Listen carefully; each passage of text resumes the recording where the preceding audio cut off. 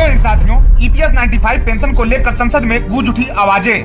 5,000 नहीं, 7,500 नहीं बल्कि 9,000 की मांग। जी हाँ साथियों, लोकसभा में सीधा सवाल, न्यूनतम पेंशन 9,000 करने की मांग पर सरकार से सीधा प्रश्न पूछा गया। ये देखिए असली पीडीएफ।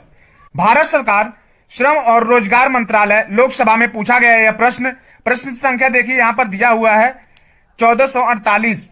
सोमवार 9 फरवरी 2026 को यह प्रश्न पूछा गया है ईपीएस 95 के तहत पेंशन में वृद्धि के लिए।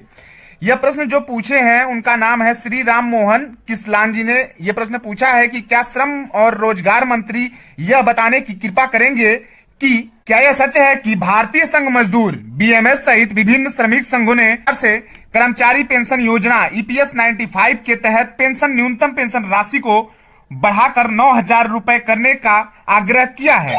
और वहीं दूसरा सवाल है, यदि हाँ तो तत्संबंधित ब्यौरा क्या है और पेंशन में कब तक वृद्धि की जाएगी। और वहीं तीसरा सवाल यह पूछा गया कि 9,000 रुपए से कम पेंशन पाने वाले सेवानिवृत्त ईपीएस पेंशन भोगियों की संख्या कितनी है। ये देखते हैं श्रम मंत्री का क्या जवाब निकल कर आया है। तो उन्होंने उत्तर दिया है, श्रम और रोजगार राज्य मंत्री ने क्या कहा है, श्री शोभा कालाजे जी ने कहा है कि कर्मचारी पेंशन योजना ईपीएस 95 के तहत 9,000 रुपए की प्रति माह न्यूनतम पेंशन को बढ़ाने के लिए ट्रेड यूनियनों और जनप्रतिनिधियों के सहित विभिन्न हितधारकों के अभ्यावेदन प्राप्त हुए हैं। कर्मचारी पेंशन योजना 1995 एक परिभाषित अंशदान वाली सामाजिक सुरक्षा योजना है। कर्मचारी भविष्य निधि कोष नियोजक द्वारा वेतन के 8.33% अंशदान तथा 15,000 रुपए प्रति माह तक केंद्र सरकार द्वारा 1.16% का अंशदान से निर्मित होता है। यानी कि जिनकी सैलरी 15,000 रुपए तक है उनको जो है सरकार की तरफ से 1.16% का अंशदान मिलता है। योजना के तहत सभी लाभों का भुगतान इसी निधि से किया जाता है। सरकार बजटीय सहायता के माध्यम ईपीएस 95 के अंतर्गत पेंशन भोगियों को 1,000 रुपए प्रति माह की न्यूनतम पेंशन प्रदान कर रही है। कर्मचारियों के अंशदान निधि ईपीएफओ के ईपीएफ के लिए वेतन के 1.16% की बजटीय सहायता के अतिरिक्त है।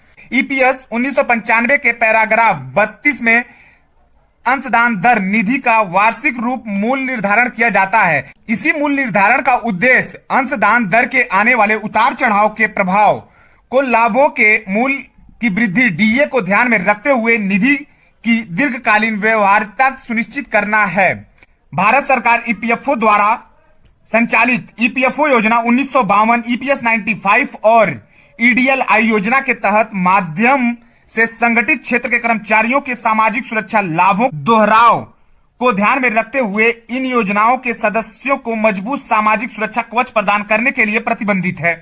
वहीं देखिए लास्ट सवाल का जवाब निकल कर आया है कि ईपीएस 95 के तहत 9,000 से कम पेंशन प्राप्त करने वाले सक्रिय पेंशन भोगियों सदस्यों की कुल संख्या 47,04,270 है। देखिए जो लोकसभा में सवाल पूछा गया है और वहां से जो जवाब आया है का निष्कर्ष देने से पहले मैं आप सभी को बताना चाहूंगा कि सबसे अहम बात यह है कि 9,000 से कम पेंशन पाने वाले सक्रिय पेंशन भोगियों की संख्या 47,04,270 ही है। कुल ईपीएस 95 पेंशन धारकों की संख्या लगभग 82 से 85 लाख बताई जाती है। यानी 47,04,270 लोगों को छोड़कर बाकी सभी पेंशन धारकों को 1,000 या उससे भी कम पेंशन दी जा रही है, जो बेहद चिंताजनक और अन्यायपूर्ण स्थिति में है। सरकार ने योजना और दीर्घकालीन स्थिरता और वास्तविक मूल्यांकन की बात तो कही है, लेकिन इस बजट में पेंशन बढ़ेगी या नहीं इस पर कोई स्पष्ट घोषणा नहीं की। हर बार की तरह इस बार भी पेंशन बढ़ोतरी को लेकर स्थिति स्पष्ट ही रही। ईपीएस 95 पेंशन धारकों को लेकर आपकी क्या राय है कमेंट बॉक्स में जरूर बताएं। क्या ईपीएस 95 पेंशन 7,500 रुपए प्लस डीए होनी चाहिए? कमेंट बॉक्स में जरूर बताएं। वीडियो पसंद आई हो तो लाइक करें, सभी साथियों के पास इस खबर को शेयर करें और ऐसी ही वीडियो देखने के लिए चैनल को सब्सक्राइब करना ना भूलें।